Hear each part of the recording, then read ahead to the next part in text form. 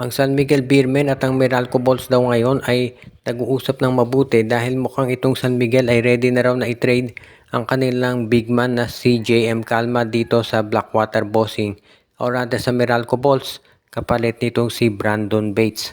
So magpapalitan ng mga center itong nabanggit na koponan. Parehas lang yan, halos lang height, 6'10", itong si Bates at itong si JM Calma ay 6'8". At mukhang ang gusto ng San Miguel dito kay Bates ay yung kanyang depensa. Kaya nila willing silang ito i-trade yung si Calma para dito kay Bates dahil sa tingin nila yung depensa ni Bates magagamit ng SMB. Baka hindi na kasi naalala ng ibang teams no, nung nag-champion ng Meralco kontra sa San Miguel sa finals ng Philippine Cup ilang taon na yung nakaraan. Naging maganda depensa nitong si Brandon Bates kay Junmar Fajardo. Siyempre marami pa rin na-score si Junmar pero kahit papano na maganda yung pinakita nitong si Brandon Bates at yan ang dahilan kung ba't sa tingin nila ay magiging maganda to para dito sa kanilang lineup. Kung sa bagay, dito namang San Miguel Beermen, kapag nakuha naman nila si Brandon Bates, magdadagdagan sila ng isa pang big man para hindi na nasasagad sa minuto masyado itong si Junmar Fajardo. At yan naman talaga yung kinukonsidera ngayon ni Coach Leo Austria. Kung sakasakali na makuha ng San Miguel to si Brandon Bates, pwedeng yan talaga yung legitimate na center na gagamitin ng San Miguel pang backup kay Junmar. Samantala naman itong si Motaw Tua magiging power forward kasama ni Rodney Brondial. So yan ang magiging main rotation ngayon ng San Miguel Beermen.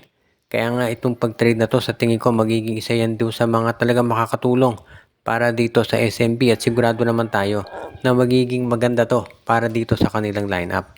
At hindi naman malulugi dito ang Meralco Bulls dahil to si JM Calma naman. Mahusay na player yan at kinakailangan lamang na mabigyan ng playing time at makukuha niya yan sa ilalim ni Luigi Trillo at ni Nenad Vucinic. Ito namang Phoenix Fuel Masters daw pagkatapos makipag-trade dito sa NLEX Road Warriors ay baka naman mag-trade ngayon sa TNT Tropang 5G.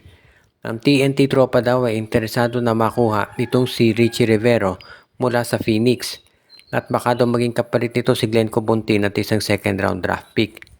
Hindi natin alam kung papayag ang Phoenix. Nung una kasi sa tingin ko, hindi papayag ang Phoenix dyan.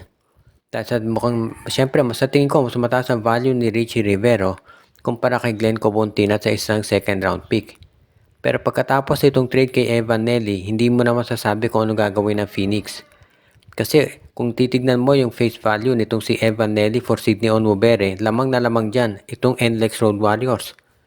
Kaya kaya marami nagulat sa trade na yan dahil itong si Onwubere hindi naman ginagamit masyado ng NLEX at itong si Evan Nelly yun yung top point guard ng Phoenix. Pero pumayag ang Phoenix doon sa trade. So hindi ako magtataka talaga kung merong pagbabago na mangyayari dito at kung itong Phoenix biglang pumayag na i-trade ito si Richie Rivero sa TNT kapalit itong si Glenn Cobontin at ng isang second round draft pick. Kung yan ay mangyayari, maraming magugulat talaga dyan at hindi naman ako magtataka kung yan talaga yung maging isa doon sa mga bagay na maganap. Pero sana naman, hindi ganyan na mangyari dahil biglang hihina. Phoenix, mahusay na player si Glenn Cobontin pero ibang nabibigay ni Richie Rivero dahil ito ay pwedeng shooting guard, pwedeng small forward. Kaya magiging interesante itong mga susunod na araw kung tatanggapin ng Phoenix itong ganitong klaseng trade offer. Dahil tiyak naman natin na magiging isa yan doon sa pag-uusapan talaga ng lahat, lalo na at magiging sabihin natin medyo matindi yung mga movements na magaganap ngayon dito sa mga nasabing teams. Para kung sakasakali, hindi naman sana matuloy yung ganitong klase na sitwasyon dito sa Phoenix Fuel Masters at sa TNT.